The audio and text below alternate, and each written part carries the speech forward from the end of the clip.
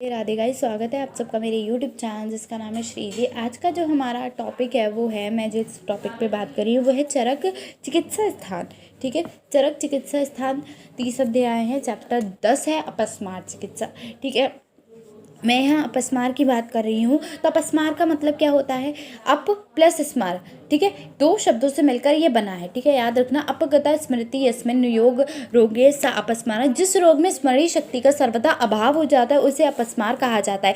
ये बात आगे के श्लोक में स्पष्ट की गई है। इसका जो मॉडर्न कॉरिलेशन है वो एपिलेप्सी से किया गया है। ठीक है, आचार्य सुश्रुत ने इसे महाव्याधि के अंतर्गत रखा है। ठीक है, और उन्होंने ये भी बताया है कि राजस्वला स्त्री में मैथुन करने पर अपस्मार होता है। ठीक है, अपस्मार की निरुक्ति की अगर मैं बात करूँ तो 30 नंबर का श्लोक देखो, पेज नंबर मेरी बुक में 297 में दिया है। स्मरेत रे गमन प्राहारम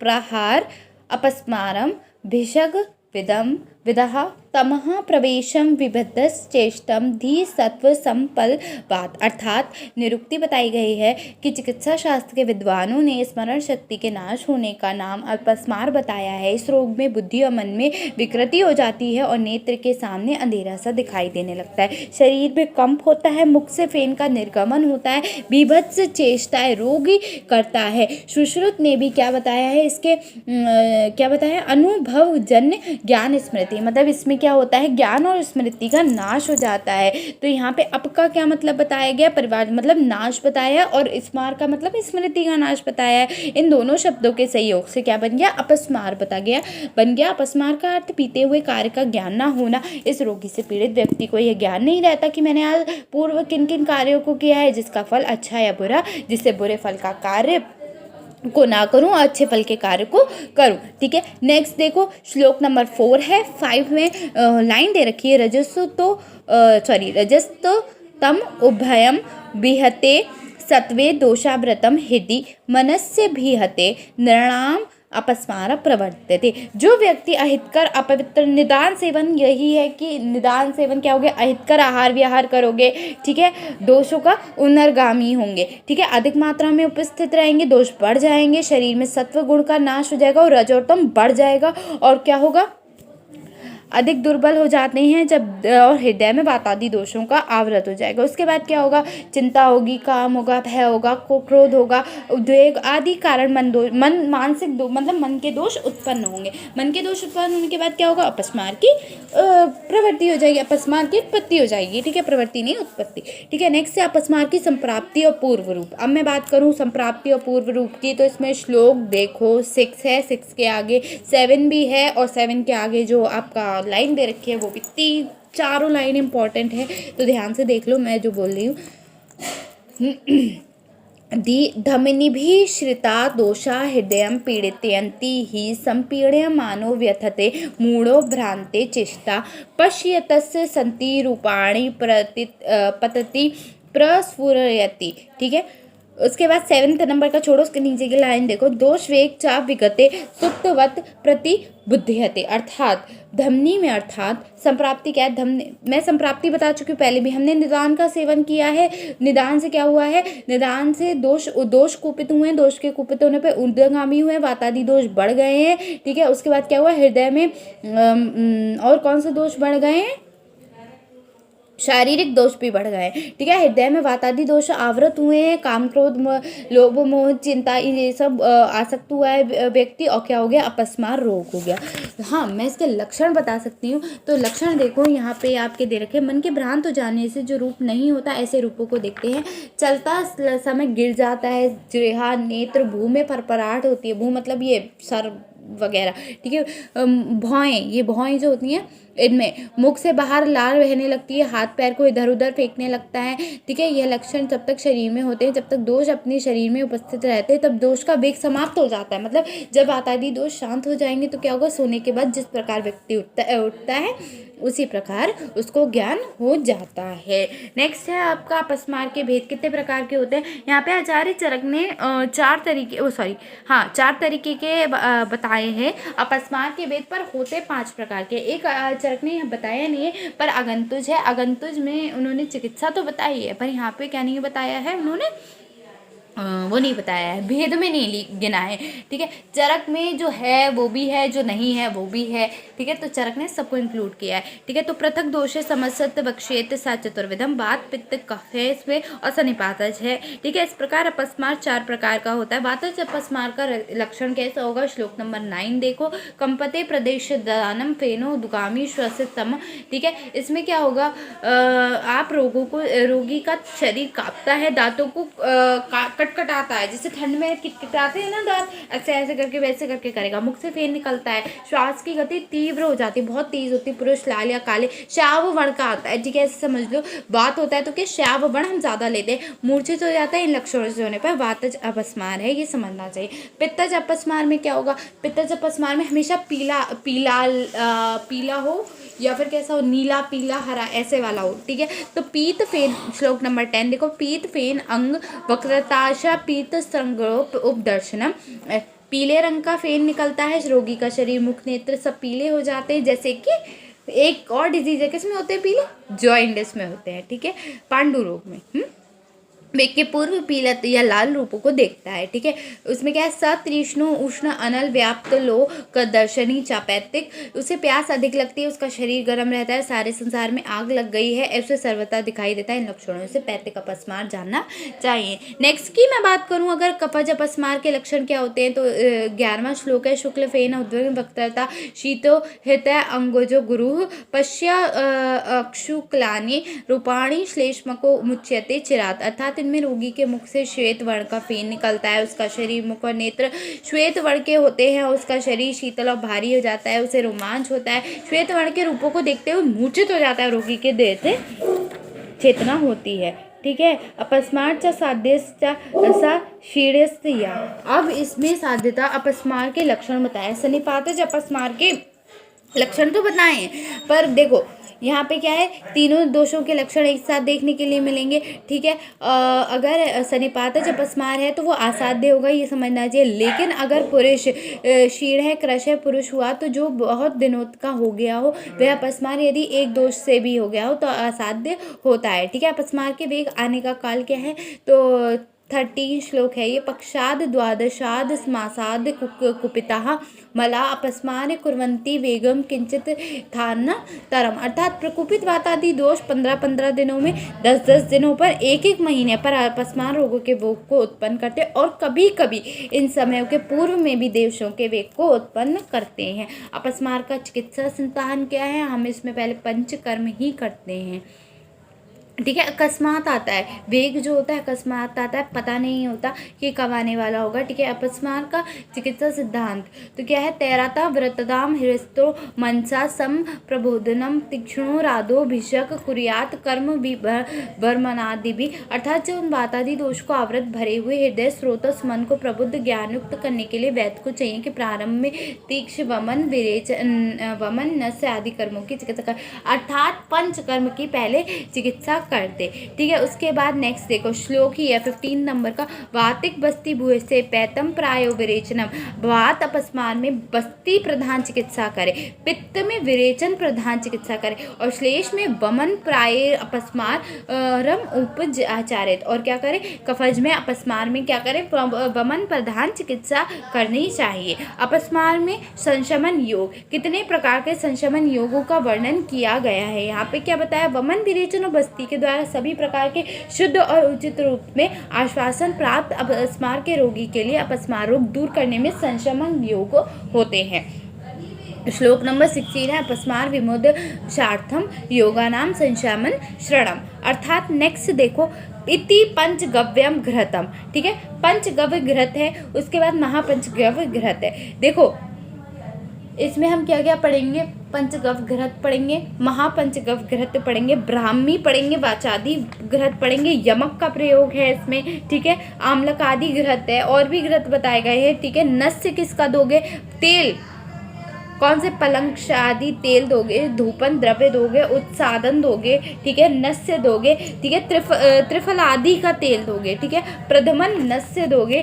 ठीक है, वर्ती कौन कौन सी दोगे? कायस्थ आदि वर्ती दोगे। ऐसे याद कर लेना, कायस्थ एक हिंदुओं में कास्ट होती है कायस्थ, अब उसमें याद कर लेना कायस्थ था हो गया, ठीक है, चित्रगुप्त जी महाराज उसके उनके वंशज है, तो आदि लगा देना, ये आसान है, ठीक है। मुस्तद आदि बढ़ती होती है। धूपन के लिए हम कौन सी औषधि यूज करें? आगंतुक बंधन अपस्मार की चिकित्सा।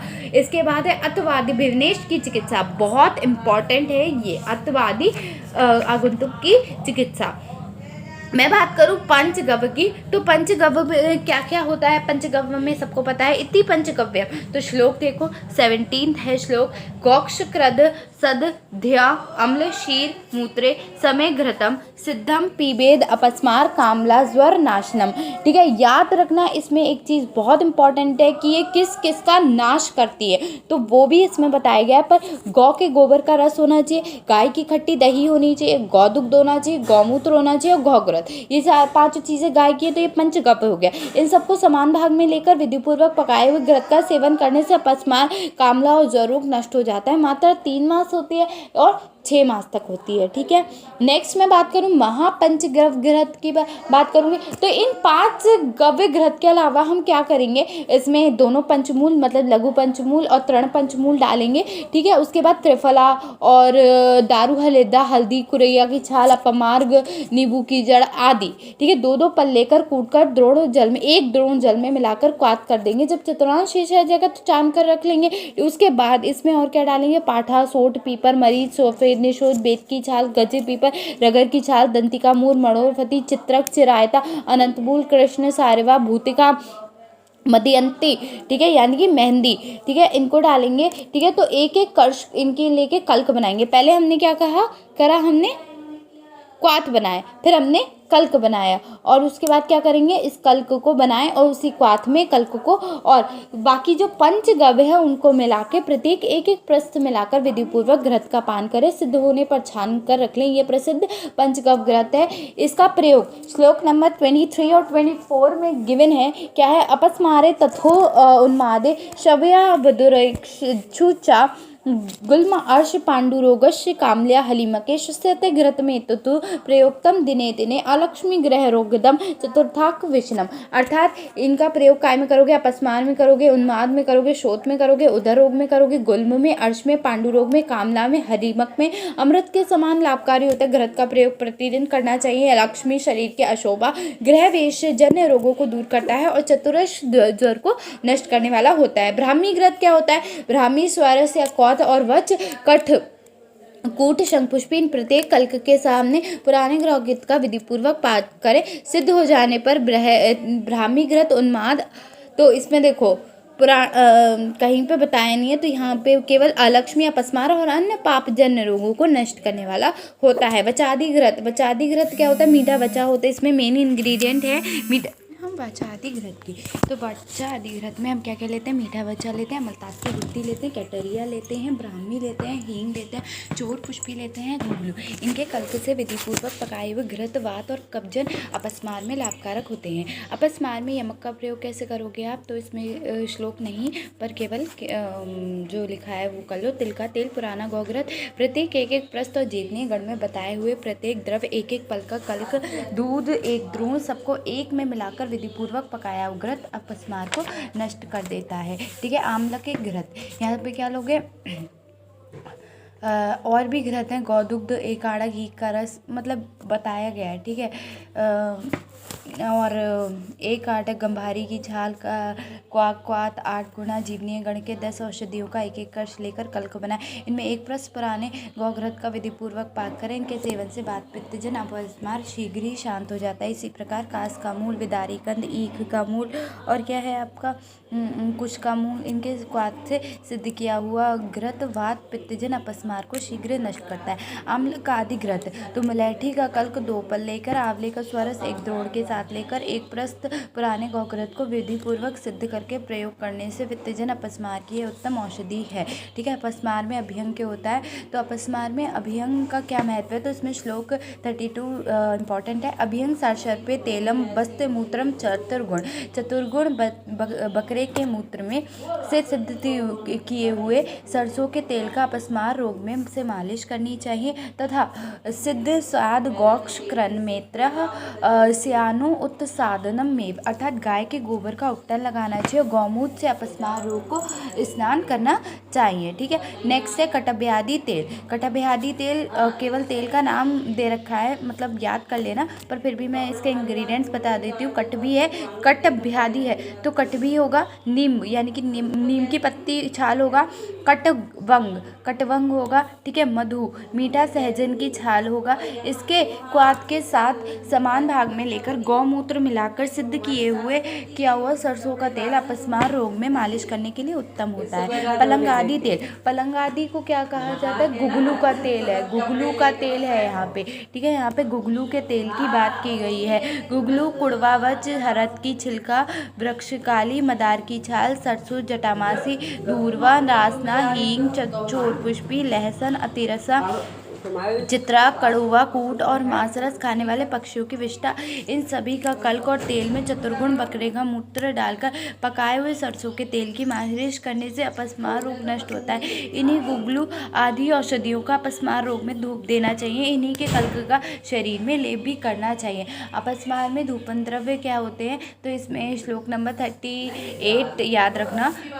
क्या है? शुनः संद आस्थिना खरान पशुर्का चेती पेशेत बस्त मूत्रेण पुष्केत्र प्रदेह स्यात् सदुपना, अर्थात पीपल, सेंधा नमक, सहीजन का बीज, हींग पत्ती, काकोली, पीला सरसों, काकनासा, बकियान की छाल, लाल चंदन, कुत्ते के कंधे की हड्डी, कुत्ते का नख, कुत्ते की पसली की हड्डी, इन सभी द्रव्यों को समान मात्रा में लेकर चूर्ण बनाकर बकरे के मूत्र से पुष्प नक्षत्र में, तो याद रखना है नक्षत्र की बात की गई है, कौन सा नक्षत्र है। ऐसे ही चैप्टर नंबर रसायन में हमें उखाड़ने की, रसायन औषधियाँ उखाड़ने की बात की गई थी, तो पुष्प नक्षत्र में पीसकर अपस्मार के रोगियों को शरीर में प्रदेह लगाना चाहिए तथा इन्हीं द्रव्यों से धूपन करना चाहिए।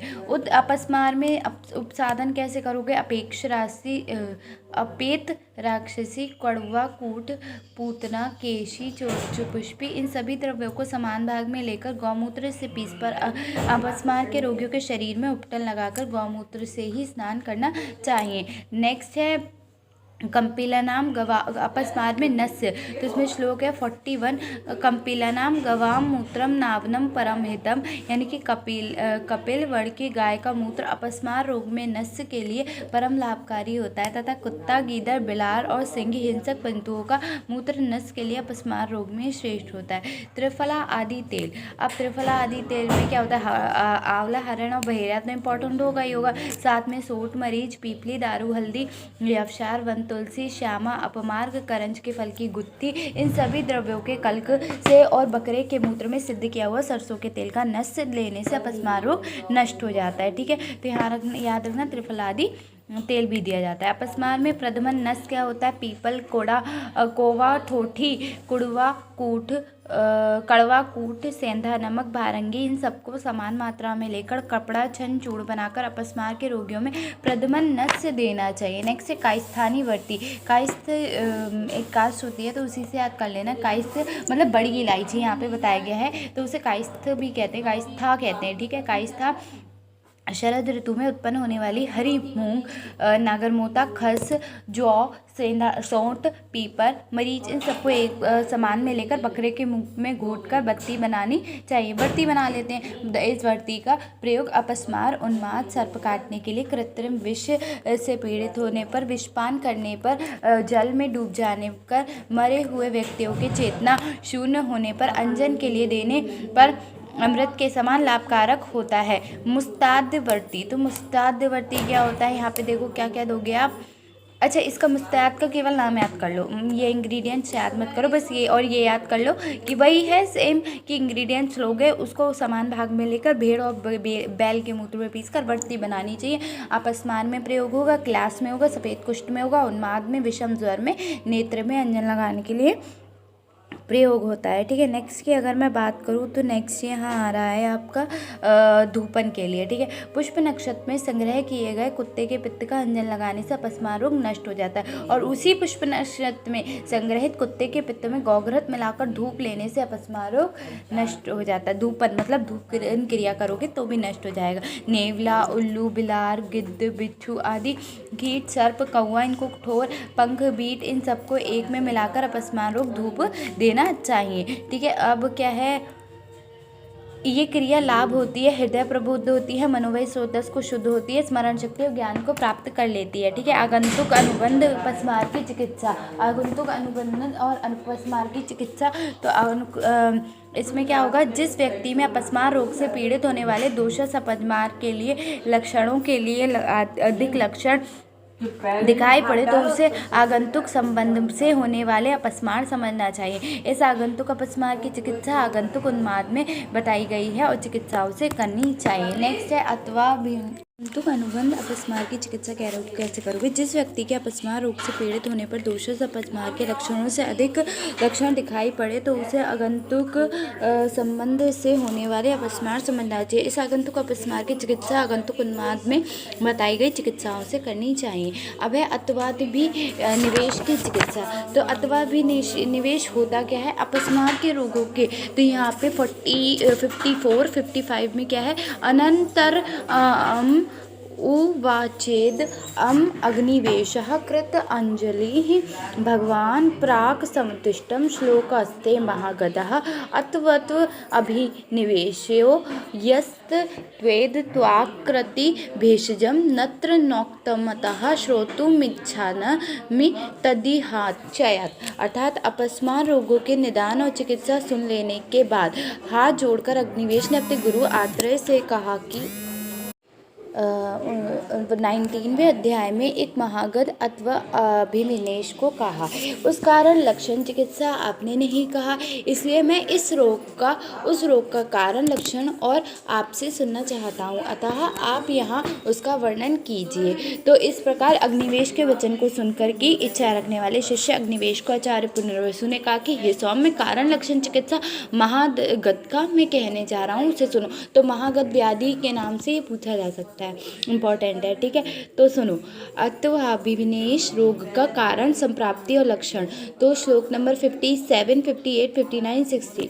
57 में पहली लाइन, 58 में भी 7 लाइन, 59 में पूरा श्लोक और 60 में पूरी लाइन। ठीक है, तो मतलब पूरा श्लोक। तो क्या है, मलिना आहार शीलस्य वेगान प्राप्त अनिग्रहतः मनोबुद्धिवः सिरा रजस्तम उभयो वृद्धाभ्यां बुद्धो मनसि चाव्रते हृदय व्याकुले दोषरथे मूढ़ो अल्पचेतनः विषाम कुरुते बुद्धि नित्य अनित्य हिताहिते अत्वाभिनिवेशम तम आहुराप्यात महागदा। अर्थात मलिन दुष्ट आहार का सेवन करने से जिन लोगों के अभ्यास होता है तथा जो लोग आए हुए मल मूत्र आदि के वेग को सदा रोका करते हैं, वे व्यक्ति शीत, उष्ण, स्निग्ध, रुक्ष आदि हेतुओं का अधिक मात्रा में सेवन करते हैं, उससे प्रकोपित दोष, रज और मोह से आवृत आत्मा जिन लोगों की हो गई है, ऐसे व्यक्तियों के मनोवाही और बुद्धिवाही सिराओं में जाकर हृदय को दूषित कर अपना स्थान मनोवह और बुद्धि स्रोतस में बता लेते हैं। रज और तम दोष के बढ़ जाने पर जब बुद्धि और मन इन मानसिक दोषों से आवृत होती है तो दोषों से हृदय व्याकुल हो जाता है। उस वक्त मनुष्य मूढ़ हो जाता है, उसकी चेतना शक्ति क्षीण हो जाती है, अतः वह व्यक्ति नित्य और अनित्य, हितकर और हितकर विस्कोतों में अपनी बुद्धि विषम रूप में करना लगता है। अर्थात नित्य को अनित्य और अनित्य को नित्य, हित को अहित और अहित को हित समझने लगता है। ऐसे अथवाभिनिवेश नामक रोग के आत्मजन महागत कहते हैं। आत्मजन अभिनिवेश की चिकित्सा। तो श्लोक नंबर 61 है, स्नेह स्वेदोपनन तम संशोध्यम वमन आदि भी, यानी कि स्नेहन और स्वेदन कराकर वमन आदि पंचकर्म के द्वारा शरीर का पूर्ण तरीके से संशोधन करा दिया जाए। संसर्जन कर्म देने चाहिए, यानी कि पै विलेपी के आदि के सेवन करा लेने से मेधा शक्ति उत्पादन अन्य पान का सेवन कराते हुए चिकित्सा करनी चाहिए। ब्राह्मी का प्रयोग करना चाहिए। और ब्राह्मी क्या होता है, इसमें ब्राह्मी स्वरज से युक्त जो ब्राह्मी घृत और जो पंचगव्य घृत पहले बताया जा चुका है उसका सेवन करना चाहिए। शंखपुष्पी सेवन करनी चाहिए। इसके अतिरिक्त अन्य जो भी मेद्य रसायन है उनका भी सेवन करना चाहिए। अत्व अभिविनेश में आश्वासन, जो मन के अनुकूल आप्त और धर्म अर्थ संबंधी वचनों को कहने वाले ऐसे मित्रवर्ग विज्ञान, धैर्य, स्मरण शक्ति और समाधि से युक्त उसे युक्त करें। ठीक है। अतत्व अभिविनेश में विभिन्न प्रयोग, तो क्या क्या प्रयोग करने चाहिए? तो लहसुन के कल्क में तिल का, 3 चीज़ें बताई गई हैं इसमें, सॉरी 4 5 चीज़ें बताई गई हैं, सॉरी 5 है।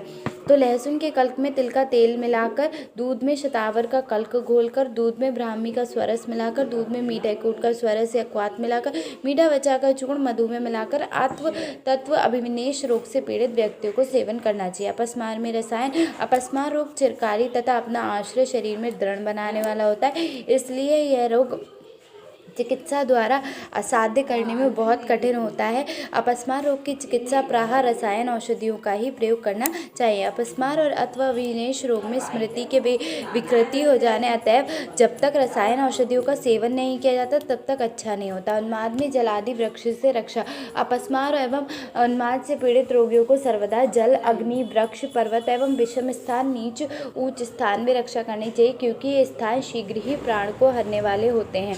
तात्पर्य यह है कि जल के किनारे या अग्नि के पास, वृक्ष किंबा पर्वत पर चढ़ने से अथवा किसी भी ऊंच नीच भूमि भाग में अपस्मार का दौरा हो करता है। यदि इन स्थानों पर रोगी खड़ा हो तो उसी समय दौरा आ जाए तो जल आदि में गिरकर रोगी की मृत्यु की संभावना हो जाती है, तथा उन्माद का रोगी अज्ञातता अवश्य जल आदि में कूद जाता है तो उसकी भी मृत्यु संभावित हो जाती है। अतः दोनों के प्रयोग को रोगियों को इन स्थानों से बचना चाहिए। तो यहाँ पे क्या हो गया, ये कंप्लीट हो गया आपका क्या अपस्मार, यहाँ पूरा होता है। ठीक है। अब मिलते हैं आपसे नेक्स्ट वीडियो।